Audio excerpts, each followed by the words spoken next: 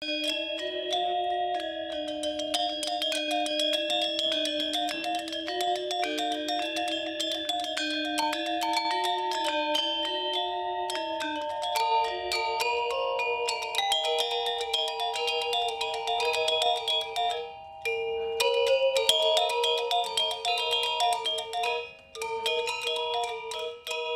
was approached by the Henson Foundation, and they wanted to commission a work that was a collaboration between myself and Wayan Wija.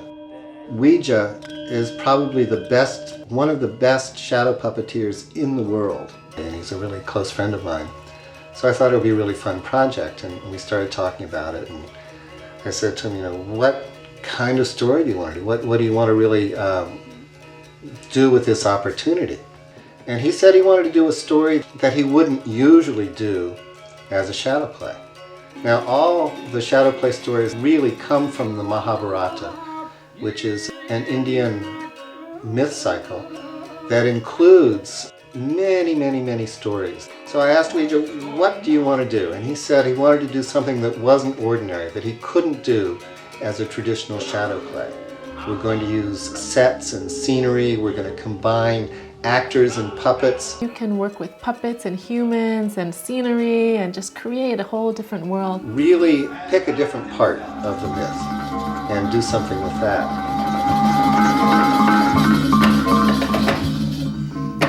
I grew up watching these characters and had always seen them on a screen, and they were always kind of in a different world, and when you hold them in your hand they're kind of small, and you never think of yourself as being directly related to them physically. So all of a sudden he had come to life and he was right there, and we were really interacting directly. Here we are doing a different form. We're going to do a giant shadow play. It sounded to me like a great idea, and as it turned out, it was really complicated to do.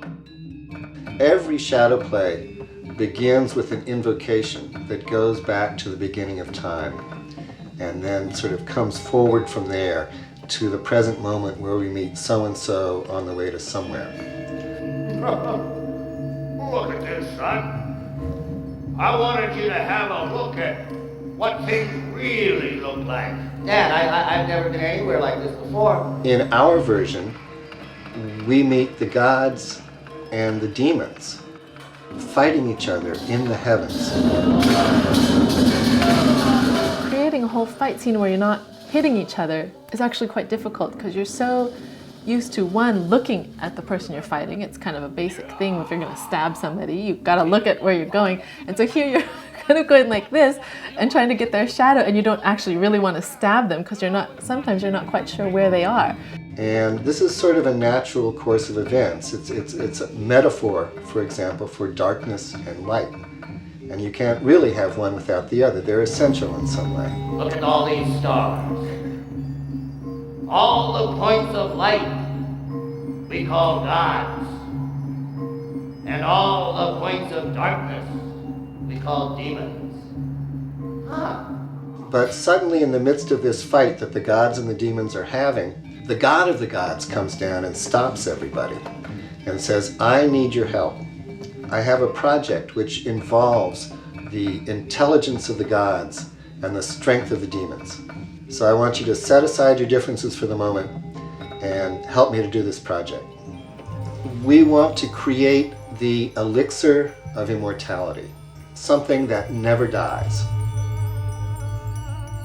The way to do it turns out to be to take the cosmic mountain, Mandara Mountain,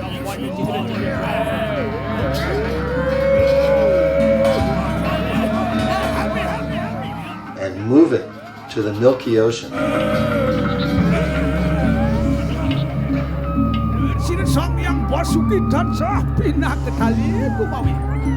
And churn the ocean with the mountain using a dragon god